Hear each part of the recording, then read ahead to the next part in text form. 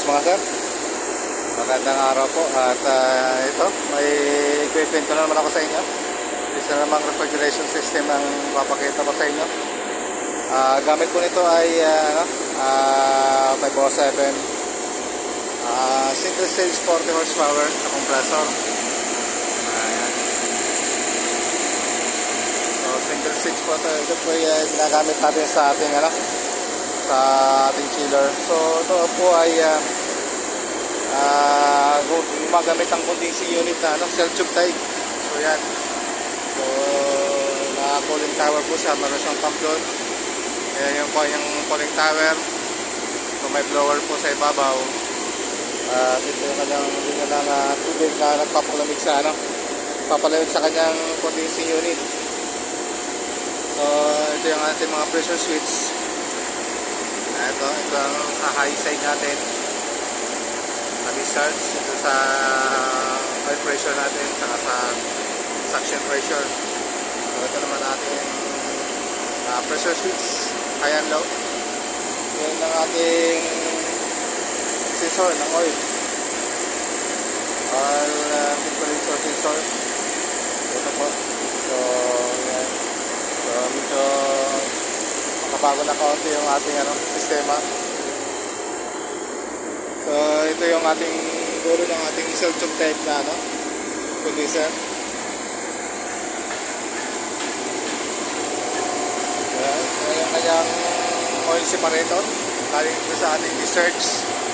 Yan, papunta rin sa oil separator natin. Then pasok dyan sa kanyang cell tube type na condenser. So ito yung kanyang condenser. So nandito yung ating kaya ito medyo mainit kaunti itong ating diesel. Dahil ito na yung nagsisilbing condensing unit niya, yung condenser natin. So ang tawag nito ay cell tube type condenser. At gumagamit naman siya doon ng cooling tower na maki-inject papunta dito sa loob. So nag-inject siya ng tubig para mapalamig po yung ating condensing unit, yung ating condenser. At ito na rin yung ating suction. Ayan, so dito na ito sa ating evaporator. Doon sa ating liquid line pala. Ayan, ito, mayroon siyang filter core doon, neck glass, natin yung whiskey. Ayan. Tapos yung sa ating mga branches, mayroon din tayo mga SP doon sa dulo bago bumaba doon sa ating expansion valve. So yan, dito natin. Ito yung ating relief valve. Dito sa ating suction, meron din tayong filter. Yan, ito. Ang laman po dito ay filter core din sa suction. Ang kulang lang dito mga boss, mga sir, wala po siyang isolating valve. So yung isolating valve ito is nandun na mismo malapit sa may evaporator. So ito, pinakita ko lang sa inyo. So 40 horsepower po ito, single stage compressor. Yan.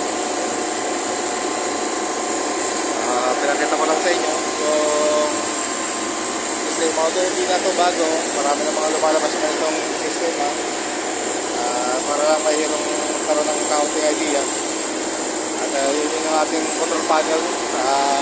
Nandiyan pa natin ang takip kasi hindi pa tapos yung bubong dito sa area na to. So tawag po, although may bubong na pero hindi pa tapos.